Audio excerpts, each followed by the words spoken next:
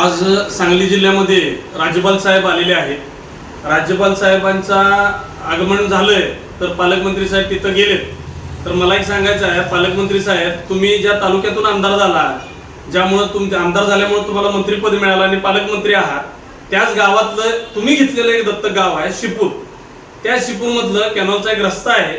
आज मला खूप वाईट वाटतं हे सांगताना की कनेक्टिव्हिटी जो असतो, म्हणजे आपण बघितले पालकमंत्री साहेबांच्यामुळे कुठंतरी मोबाईल नेटवर्कचे टॉवर बंद झाले, म्हणजे टॉवरच नाही, तिथं रेंज नाही आहे, परंतु रस्ता सुद्धा ह्यांना देता येत नाही आहे। रातोरात राज्यपाल साहेब येणार आहेत म्हणून ज्या रस्त्यातनं राज्यपाल साहेब जाणार आहेत तिथलं तुम्ही रातोरात टचअप करून घेतला आणि रस्ते चांगले आहेत असं दाखवलं, म्हणजे पावडर बिडर लावून जसं आपण म्हणतो की नाही तात्पुरतं नटवलं थटवलं का राज्यपालांना दाखवायला। परंतु राज्यपाल साहेबांना मला एक विनंती करायची आहे माझ्या बाईटद्वारे, जे पालकमंत्री आहेत तुम्ही त्यांच्या तालुक्यामध्ये साहेब एक दौरा छोटासा काढावा आणि जर काढला तर त्या गावांची परिस्थिती काय आहे, कारण की एक काल महिला ज्यांना मणक्याचा आजार आहे त्यांना ट्रकमधनं म्हणजे ट्रॉलीमधनं न्यायला लागलं। ट्रॉलीमधनं नेत असलेला व्हिडिओ या माझ्या बाईटवरून आम्ही जोडतोय। 32 टाके त्यांना पडलेले।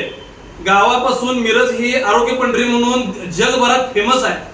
या आरोग्य पंढरीला पोहोचण्यासाठी सुद्धा मिरज तालुक्यातल्या गावांना पोहोचता येत नाही या पालकमंत्र्यांच्या अशा घाणेरड्या आणि नाकारतेपणामुळे। त्यामुळे असा पालकमंत्री आमच्या गळ्यात असा जो धोंडा पडलेला आहे हे सगळ्यात मोठी शोकांतिका आहे आणि आम्ही पाटबंधारे खात्याला तिथं त्यांचं काम जे आहे हे आम्ही आता चोख बजावून सांगणारच आहे करा म्हणून। परंतु हे जे नागरिकांचे पाणी प्रश्न, लाईट प्रश्न, रस्ते प्रश्न, तुम्ही म्हणताय हजारो कोटीचा निधी आणला, आला निधी गेला कुठं, कुठं मुरवलाय तुम्ही, काय चाललंय हे? आता काय झालंय, सर्वसामान्य नागरिक पूर्ण पेटीला उठलेला आहे मिरज तालुक्यातला। तुम्ही जे खोटं सांगता की आम्हाला यांचा पाठिंबा आहे, कोणाचाही तुम्हाला पाठिंबा नाहीये, स्वयंघोषित आहात। या इलेक्शनला तुम्हाला सर्व गावातले नागरिक हे दाखवून देतील। थँक्यू।